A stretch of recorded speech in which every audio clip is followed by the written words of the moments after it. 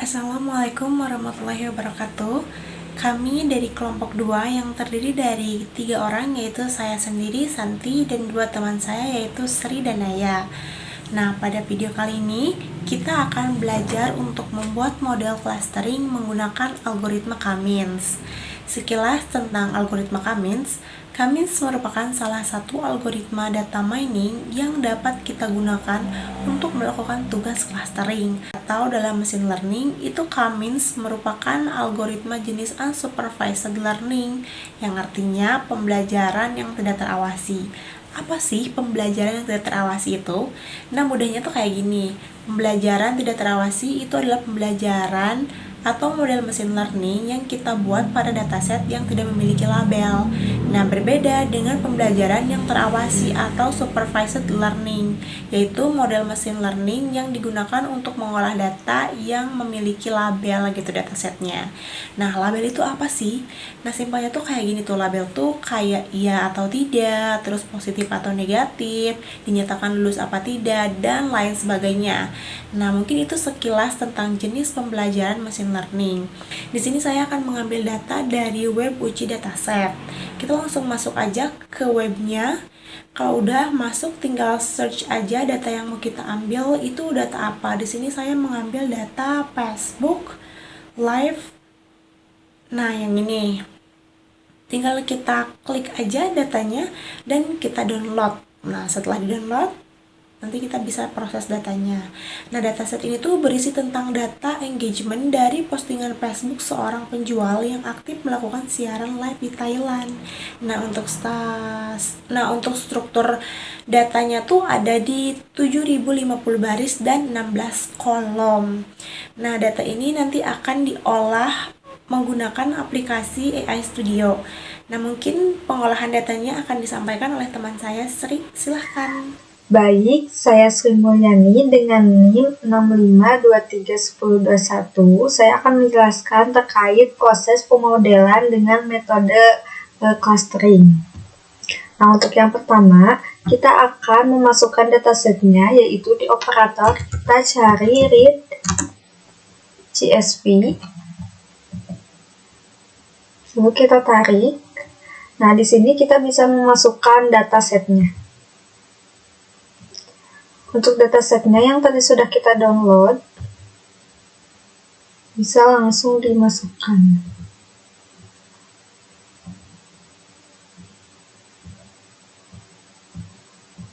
Langsung di next. Nah, ini di sini datanya sudah terlihat. Di sini ada nominal dan numerik.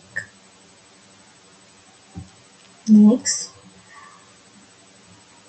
Untuk langkah selanjutnya, kita tidak akan menggunakan data yang status ID sama status date yang ini ya. Jadi kita bisa hapus dengan cara klik yang exclude column. Langsung di finish. Nah, setelah itu kita bisa langsung run.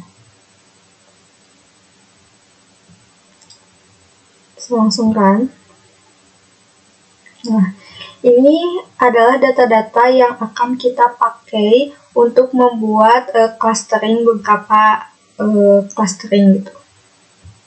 Kita ke desain lagi. Di sini untuk pemodelan clustering kita akan menggunakan K-means. Nah, di sini di operator kita cari K-means, lalu bisa langsung ditarik. Untuk namanya ini jadi clustering. Oke. Setelah itu kita lihat di bagian parameternya. Nah, di sini ini ada K. K ini tuh menggambarkan mau berapa jenis clustering yang bakalan kita gunakan. Nah, di sini aku mau contohin dulu buat di 2 clustering. Lalu setelah itu, karena tadi di datanya ada nominal, kita mau pakai yang mixed dulu. Setelah ini, jangan lupa disambungin lagi. Ini tarik. Ini juga tarik. Lalu kita running.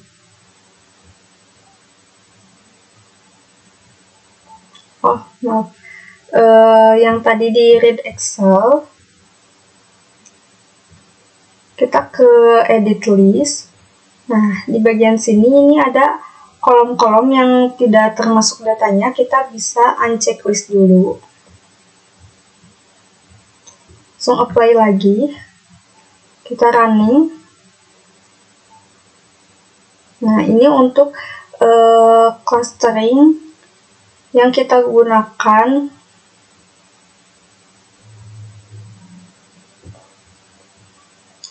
dimana yang pertama di data ini kita bisa melihat bahwa data yang pertama itu masuk ke clustering yang pertama atau yang 0.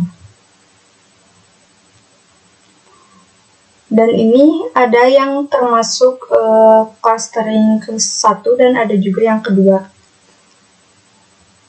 Lalu kita bisa lihat juga di visualisasinya. Nah, kita mau cek dulu nih clusteringnya, si model clusteringnya. Di model clustering ini, untuk cluster yang pertama atau yang 0 itu ada di 6.909 items. Sedangkan untuk clustering yang kedua ada 141. Nah, di sini kita bisa lihat juga visualisasinya. Kita mau menggunakan yang ini aja. Untuk kolomnya kita mau coba yang comment. Untuk si X-nya kita yang comment. Untuk Y-nya kita pakai yang share. Ini kita di clustering. Nah, ini adalah contoh data visualisasinya yang menggambarkan yang dimana si X ini dia adalah komenan terbanyak di dalam postingan. Terus si Y-nya ini yang share. Nah, ini untuk yang warna biru ini masuk ke dalam clustering yang pertama. Sedangkan yang hijau ini masuk ke cluster yang kedua.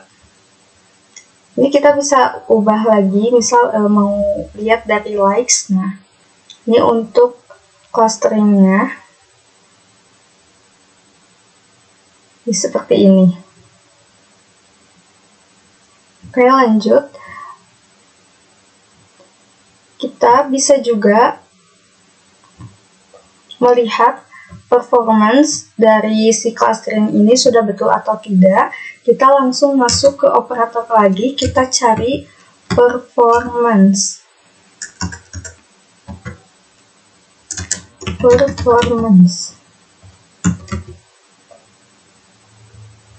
Kita cari performance yang cluster. Nah, di sini ada cluster distance performance yang dimana kita akan mengukur jarak dari setiap clusternya. Jadi kita langsung masukkan dulu. Nah, setelah ini kita sambungkan. Ini ke bawah, ini ke atas, yang ini sambungkan lagi ke ujung, tiga-tiganya. Lalu kita bisa checklist di bagian maximize ini biar tidak ada minus hasilnya. Lalu kita running.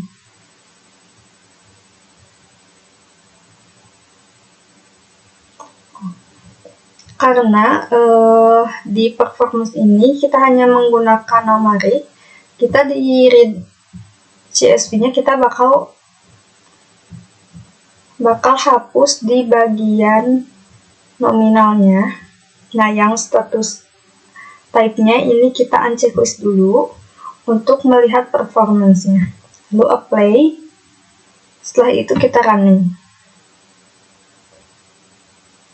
Nah, ini untuk clustering modelnya.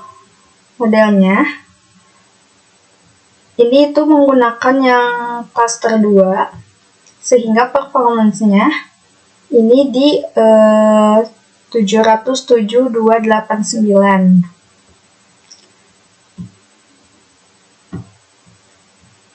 Lalu kita juga bisa ubah lagi di clusternya, model-model clusternya kita pakai, mau coba di yang ketiga.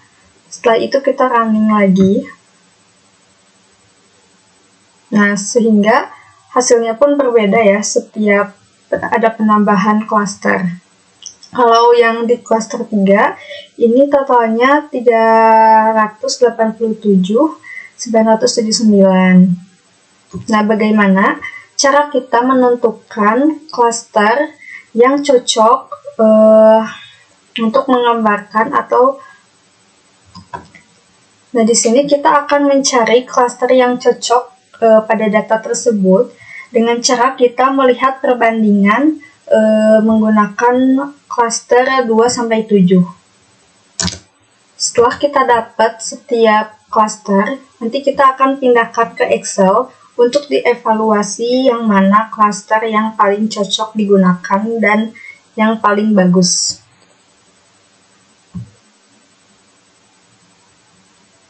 Nah, ini yang cluster yang kedua, kita akan salin dulu si nominal ini ke dalam Excel.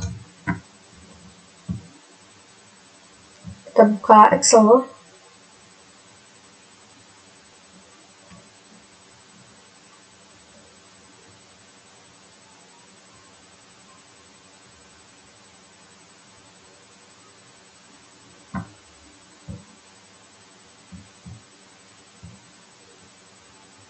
Nah, di sini kita akan masukkan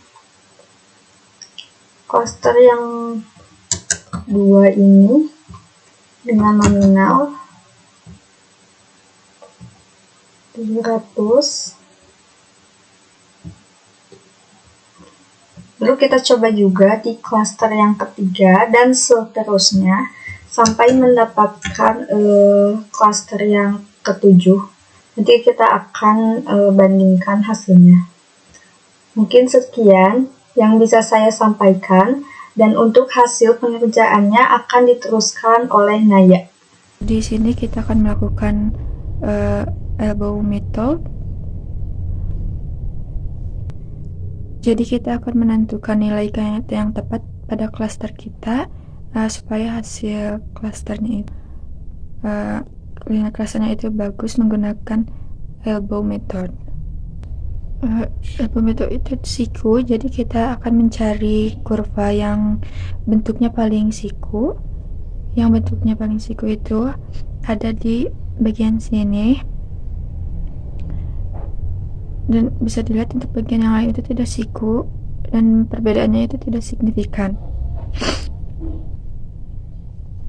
Jadi nilai K paling bagus adalah untuk data kita itu adalah 3 cluster. Lalu kita akan cobakan ke RapidMiner yang tadi. Kita klik cluster linknya, kita ganti 3.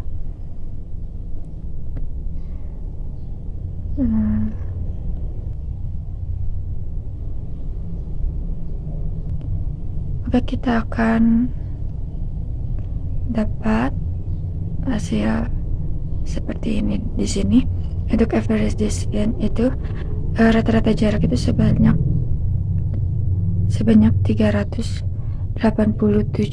sekian untuk data pada setiap cluster. Mungkin dan ini untuk hasilnya untuk di cluster ketiga.